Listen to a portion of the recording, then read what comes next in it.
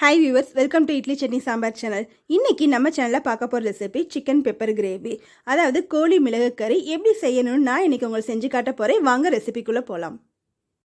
கிரேவிக்கு நம்ம வறுத்து அரைக்க போகிறோம். அதுக்கு வந்து 2 ஸ்பூன் அளவுக்கு நான் எண்ணெய் எடுத்திருக்கேன். அதுக்கப்புறம் 2 ஸ்பூன் அளவுக்கு சீரகம் எடுத்திருக்கேன், 1 ஸ்பூன் அளவுக்கு சோம்பு, அப்புறம் 2 ஸ்பூன் அளவுக்கு மிளகு. இதை வந்து நம்ம எண்ணெயில் நல்லா வறுத்து எடுத்துடலாம். கொஞ்சம் கலர் மாறினதுக்கப்புறம் நம்ம இதை வந்து எடுத்துடலாம். இப்போ பாருங்கள், சீரகம் சோம்பு மிளகு வந்து நல்லாவே வறுபட்டுருச்சு. இதை வந்து நம்ம ஆற வச்சு அரைச்சிடலாம். அடுத்து வந்து தாளிக்கிறதுக்கு தேவையான பொருட்கள் பார்த்துடலாம். தாளிக்கிறதுக்கு நான் கொஞ்சமாக எண்ணெய் எடுத்திருக்கேன். ஒரு 5லேருந்து 6 ஸ்பூன் அளவுக்கு எண்ணெய் எடுத்திருக்கேன். 2 பிரிஞ்சி இலை, அடுத்து வந்து 1 பட்டை, கொஞ்சமாக கல்பாசிப்பூ, அப்புறம் வந்து கொஞ்சமாக வந்து சோம்பு, ஒரு 1/4 ஸ்பூன் அளவுக்கு சோம்பு எடுத்திருக்கேன். நம்ம அதிலேயும் வறுத்து அரைக்கிறனால நான் கம்மியாக எடுத்திருக்கேன் தாளிப்புக்கு. இப்போ இது வந்து நல்லா இதாகிடுச்சு. அதுக்கப்புறம் நான் 2 பெரிய வெங்காயத்தை இது மாதிரி கட் பண்ணி வச்சுருக்கேன். நம்ம இதையும் இதோட சேர்த்துடலாம். அடுத்து 1/2 ஸ்பூன் அளவுக்கு உப்பு போட்டு நம்ம வெங்காயத்தை நல்லா வதக்கி விட்டுடலாங்க. ரொம்ப ப்ரௌன் கலராக ஆகணும் இல்லை, ஓரளவு கலர் சேஞ்ச் ஆனாலே போதுமானது. இப்போ பாருங்கள், வெங்காயம் வந்து நல்லா வதங்கிடுச்சு, கலரும் சேஞ்ச் ஆகிடுச்சு. அடுத்து வந்து இதில் வந்து இஞ்சி பூண்டு பேஸ்ட் ஆட் பண்ணிடலாம். இஞ்சி பூண்டு பேஸ்ட் வந்து நான் 2 ஸ்பூன் அளவுக்கு இஞ்சி பூண்டு எடுத்திருக்கேன். இதையும் நம்ம நல்லா மிக்ஸ் பண்ணி விட்டுறலாம். இஞ்சி பூண்டு பச்சை வாடை போனதுக்கப்புறம் நம்ம கருவேப்பிலை சேர்த்துடலாம். கருவேப்பிலை, அடுத்து வந்து தக்காளி. நான் வந்து 2 பெரிய தக்காளி எடுத்திருக்கேன். அதை வந்து இது மாதிரி கட் பண்ணி வச்சுருக்கேன். இதையும் வந்து நம்ம இதோட சேர்த்துடலாம். கொஞ்சமாக உப்பு ஆட் பண்ணிவிட்டு நம்ம வந்து தக்காளியை வேக வச்சிடலாம்.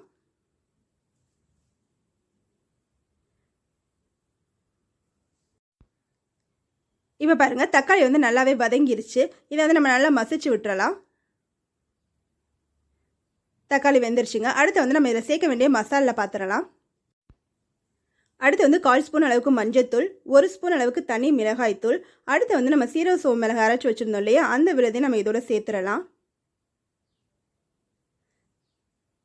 சேர்த்ததுக்கப்புறம் இதை வந்து நம்ம நல்லா வதக்கி விட்டுறலாங்க. மசாலா ஓரளவுக்கு வதங்கினதுக்கப்புறம் நம்ம சிக்கன் சேர்த்துடலாம்.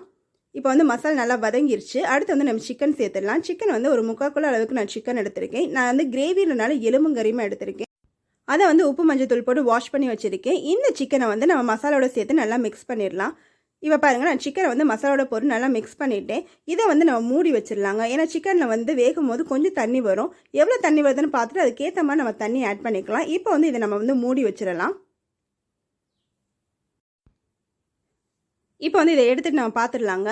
இப்போ பாருங்கள், ஓரளவு கொஞ்சம் தண்ணி வந்திருக்கு. அடுத்து வந்து நம்ம தண்ணி ஆட் பண்ணிடலாம். நான் சீரக சோம்பு மிளகு அரைச்சி வச்சேன்ல, அந்த தண்ணியை வந்து இதில் ஊற்றிட்டு அதுக்கப்புறம் சிக்கன் முங்குற அளவுக்கு நம்ம தண்ணி ஊற்றினா போதும்.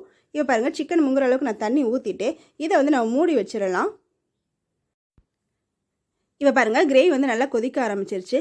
இப்போ வந்து நம்ம அடுப்பை சிம்மில் வச்சுட்டு கிரேவி வந்து மூடி வச்சிடலாம். ஒரு 20 நிமிஷம் அளவுக்கு நம்ம வேக வச்சாலே போதுங்க. சிக்கன் வந்து சீக்கிரம் வெந்துடும்.